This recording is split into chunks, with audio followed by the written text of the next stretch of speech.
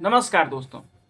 दिल्ली विधानसभा चुनाव के परिणाम आने के बाद अब सारी पार्टियों, सारे राजनीतिक दलों की निगाह बिहार पर हो गई है, क्योंकि बिहार में आने वाला है आगामी विधानसभा का चुनाव, जो कि नवंबर में कराया जाएगा। सारे जो राजनेता हैं अब बिहार का दौरा करना स्टार्ट कर देंगे। प्रधानमंत्री मोदी भी जा रहे हैं 24 फरवरी को आगामी बिहार के दौरे पर। आप सभी को पता होगा कि प्रधानमंत्री मोदी ने 2020 के जो विधानसभा का चुनाव था उसमें क्या लंबी लंबी बातें फेंकी थी। बिहार वासियों के प्रवासन को लेकर चाहे मामला हो, चाहे नई इंडस्ट्री को लगाने का मामला हो, चाहे रोजगार को लेकर, चाहे बिहार वासियों की इकोनॉमी में वृद्धि करने का मामला हो, इन तमाम सारे जो झूठीली बातों को इन्होंने एक वादे के रूप में प्रस्तुत किया था, और अमित शाह ने भी। तो उसमें से कितने वादे पूरे हुए, कितने डेवलपमेंट हुए, ये सारी चीज़ें आपके बिल्कुल सामने हैं। तो एक बार फिर से मोदी जी का दौरा है बिहार के ऊपर।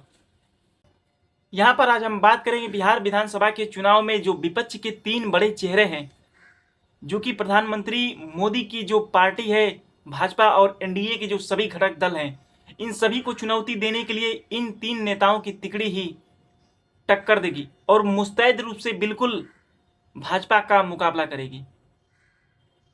इन 3 चेहरों में पहला चेहरा है तेजस्वी यादव, बिहार के होने वाले भावी सीएम और बिहार के पूर्व डिप्टी सीएम रह चुके लालू प्रसाद यादव के बेटे तेजस्वी यादव राष्ट्रीय जनता दल की पूरी कमान को संभालने वाले एक इकलौता शेर इस बिहार विधानसभा का फिर से एक बार दौरा करेगा।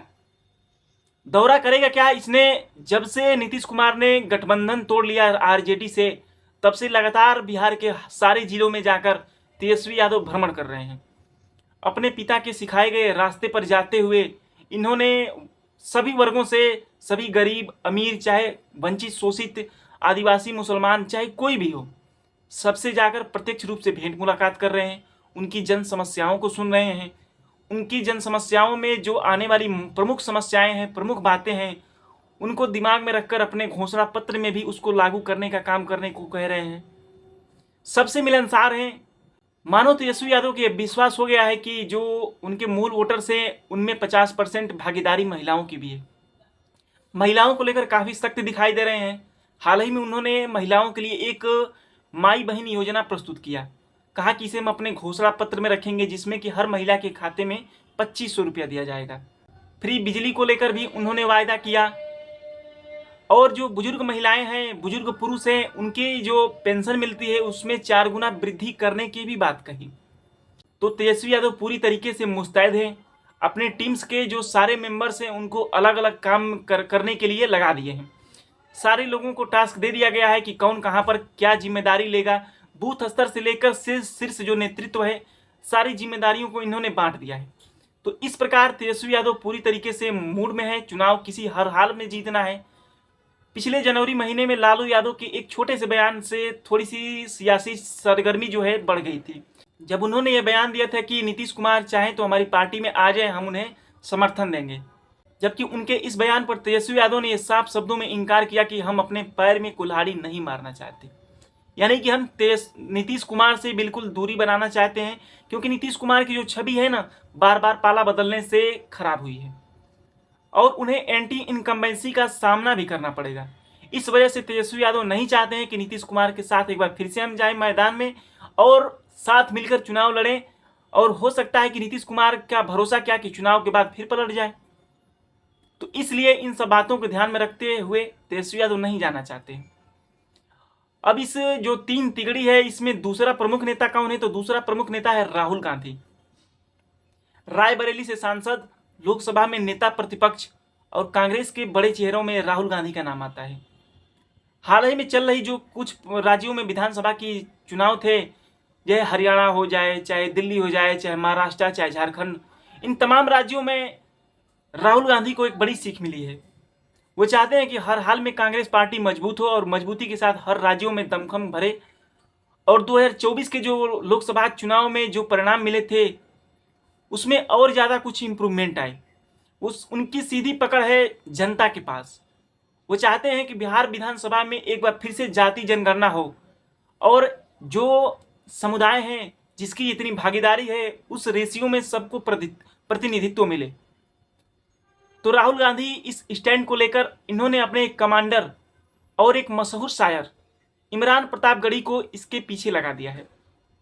हाँ, वही इमरान प्रतापगढ़ी हैं जो कि राज्यसभा के सांसद भी हैं और उन्होंने राज्यसभा में ये भाषण भी दिया था। बिहार विधानसभा के जो बजट आया था उस समय, तो प्रधानमंत्री मोदी पर लेकर काफ़ी तंज भरे अंदाज में उन्होंने ये कहा था कि प्रधानमंत्री अक्सर ये कहते हैं कि 60 करोड़ कर दूं, 70 करोड़ कर दूं, 80 करोड़ कर दूं, लो मैंने 100 करोड़ कर दिया। इस प्रकार के कुछ चुटीले अंदाज में उन्होंने प्रधानमंत्री मोदी पर तंज कसा था। तो उनकी जिम्मेदारी अब लगा दी गई है बिहार विधानसभा चुनाव में। अब इमरान प्रतापगढ़ी का खुद का एक इंटेंट है, खुद की एक छवि है, एक अच्छे मुशायर भी हैं और लोगों को अट्रैक्ट करने के लिए काफ़ी माहिर है। तो तेजस्वी यादव और राहुल गांधी, इन दोनों की जोड़ी बिहार में एक अच्छा काम करेगी, एक अच्छी मजबूती के साथ दमखम से लड़ेगी। लेकिन 2025 के विधानसभा के चुनाव में ये राहुल गांधी भी नहीं चाहते हैं कि नीतीश कुमार की उसमें एंट्री हो। इन 3 तिकड़ियों में तीसरा चेहरा है पशुपति कुमार पारस का। हाँ, वही पशुपति कुमार पारस जो कि रामविलास पासवान के भाई हैं। पहले इनकी पार्टी ये कहीं में थी, लेकिन 2024 के लोकसभा चुनाव के बाद इनकी पार्टी में टूट हुई और इन्होंने एक अलग पार्टी बना ली। अब ये गठबंधन में आने को बिल्कुल बेताब हैं।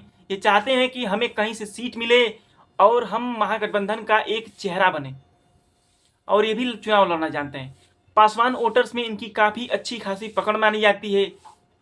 इनके पहले सांसद भी थे, लेकिन वर्तमान में इनका राजनीतिक वसूल अब उतना ज़्यादा नहीं रहा जो पहले था, तो ये भी आने को बेचैन है। तो इस प्रकार जो महागठबंधन की नई तस्वीर बनेगी, 3 टिकड़ियों के साथ भाजपा का मुकाबला करेगी 2025 के विधानसभा चुनाव में। तो क्या आपको लगता है दोस्तों कि क्या ये 3 लोगों की जोड़ी मोदी कंपनी को टफ फाइट दे पाएगी? उनके झूठे जो जुमले हैं उनका मुकाबला कर पाएगी? क्या जनता इन्हें अपना वोट देकर फिर से अपनी बादशाहत स्थापित करना चाहेगी? प्रधानमंत्री ने तो समय समय पर जंगल राज की उपाधि दी है आरजेडी की सरकार को, लेकिन महाजंगल का राज तो वो चला रहे हैं। दोस्तों, आपको इसको लेकर क्या विचार हैं? कमेंट बॉक्स में आप अपनी राय बताइए। यदि वीडियो अच्छी लगी हो तो लाइक करिए। मिलते हैं फिर अगली वीडियो में। नमस्कार।